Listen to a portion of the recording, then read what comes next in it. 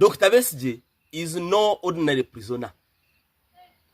If he doesn't want to eat prison food, allow him eat his. After all, there is no law which says that if I'm in prison, I must eat prison food. We don't have that law. And also, Dr. Besigye is the second most important person in Uganda. I know this because in 2001, I voted him. 2001, I voted Dr. Besigye, and I have no regrets. That is the last time I voted him. He's a high-profile person. You can't just mistreat him. He's more important than all of you guarding him at the prison.